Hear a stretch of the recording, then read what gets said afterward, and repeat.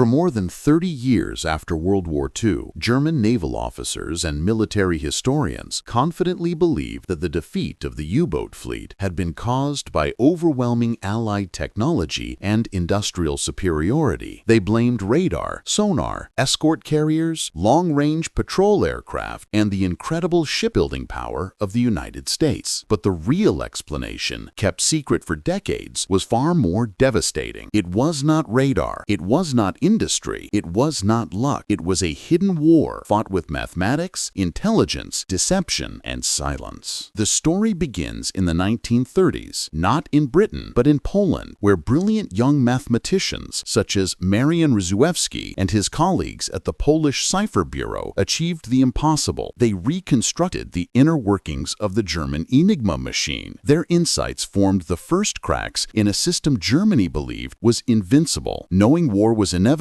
and Poland could not stand alone, Polish intelligence secretly handed their discoveries and a working Enigma replica to the British and French in 1939. That single transfer of knowledge would one day shape the outcome of the entire war. When conflict erupted across Europe, the British established their code-breaking headquarters at a quiet estate known as Bletchley Park. On the outside, it looked like a simple country mansion. On the inside, it became the brain of the British Empire. Mathematicians, linguists, chess champions, and MI6 operatives worked around the clock in freezing huts and crowded offices. Among them was Alan Turing, whose revolutionary thinking led to the creation of the Bomba machine, an early electromechanical computer capable of attacking the Enigma cipher at a speed no human could match. Each night at midnight, the Germans changed their cipher settings, and each day, Bletchley Park's teams raced to break them again. Meanwhile, in the vast, icy expanse of the North Atlantic, U-boats hunted Allied convoys under the command of Admiral Karl Dönitz. Germany's strategy depended entirely on Enigma. Every convoy sighting, every Wolfpack maneuver, every submarine rendezvous was transmitted through encrypted messages. The Germans believed these communications were absolutely secure, but the Allies were silently reading them. The intelligence, codenamed Ultra, gave the British Admiralty a live map of submarine positions. Convoys were rerouted hours before U-boats arrived. Destroyers were guided into perfect ambush positions. Entire Wolfpacks attacked empty seas, while their intended targets slipped safely away. To German commanders, it seemed the Allies possessed uncanny luck. To the exhausted men and women of Bletchley Park, it was the result of sleepless nights, relentless calculations, and machines whirring in dimly lit huts. As U-boat losses rose to catastrophic levels, Dönitz refused to consider the possibility that Enigma had been compromised. He blamed spies, weather, and random chance. His unwavering faith in the machine blinded him to the reality that his orders were being read almost as soon as he sent them. This belief cost Germany over 700 submarines and more than 30,000 submariners, the highest casualty rate of any German military branch. Without Ultra, the Atlantic lifeline between North America and Britain would have collapsed, and the outcome of the war could have been entirely different. To protect the secret, the Allies constructed an elaborate web of deception. Reconnaissance aircraft were sent to just happen to be in the area of known U-boat positions. Patrols were adjusted to create the illusion of chance encounters. Even when codebreakers decrypted messages predicting imminent attacks, the military sometimes held back, sacrificing ships in order to keep Ultra hidden. The silence around Bletchley Park was so complete that even many Allied officers had no idea why their strategies worked. It was only after the war, during the Nuremberg trials, that Admiral Dönitz finally learned the truth. When he was informed that the Allies had been reading his most secure communications for nearly the entire war, witnesses described his expression as a mixture of disbelief, humiliation, and shock. His entire understanding of the Battle of the Atlantic collapsed in a single moment. The secret of Ultra remained officially classified until the 1970s, long after many who had fought and died at sea were gone.